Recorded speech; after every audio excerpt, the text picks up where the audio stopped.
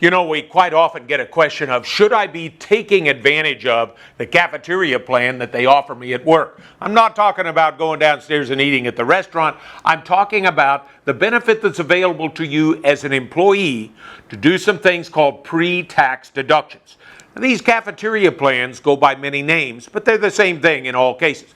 A cafeteria plan can also be called a 125 plan, or a flex plan, or a pop plan.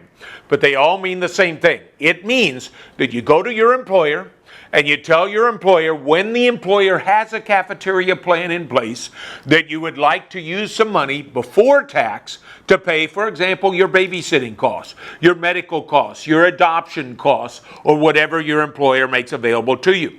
Here's how a cafeteria plan works. Let's say your salary is $50,000 a year.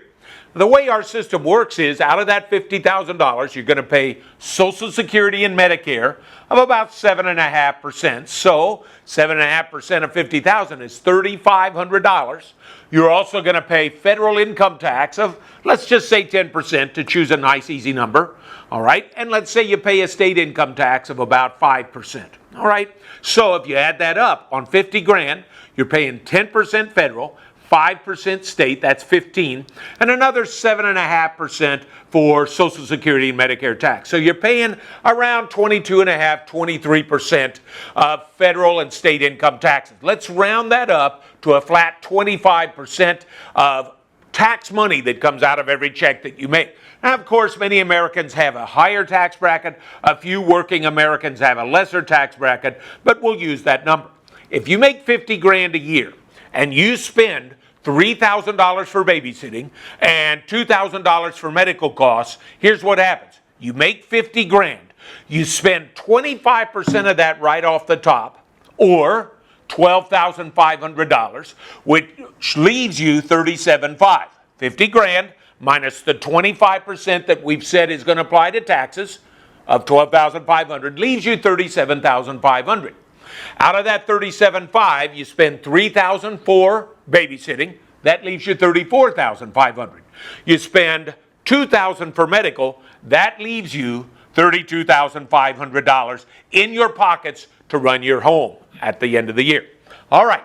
With a cafeteria plan, you go to your employer and say, instead of paying me 50 grand, I would like you, Madam or Mr. Employer, to pay before tax my child care expenses at 3 grand, and my my medical expenses at 2 grand.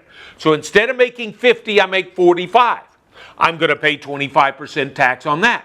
Now, what's 25% of $45,000? It's roughly 11 grand. 45 grand minus 11 equals 34,000.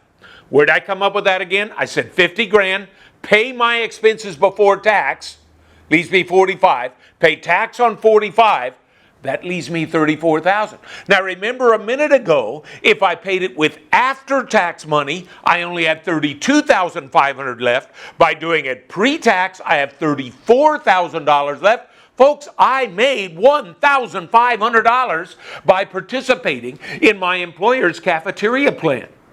These are fantastic benefits that nearly every American needs to be aware of. Are there disadvantages to the cafeteria plan or the 125 plan? Sure. Of course, your employer has to have one set up before you can participate. And it has to be a written plan that they've got to give to everybody. Second, when you go to your employer and you tell them to lower your income to pay, for example, $3,000 worth of babysitting expenses, if you don't incur $3,000 worth of babysitting, you don't get that money back.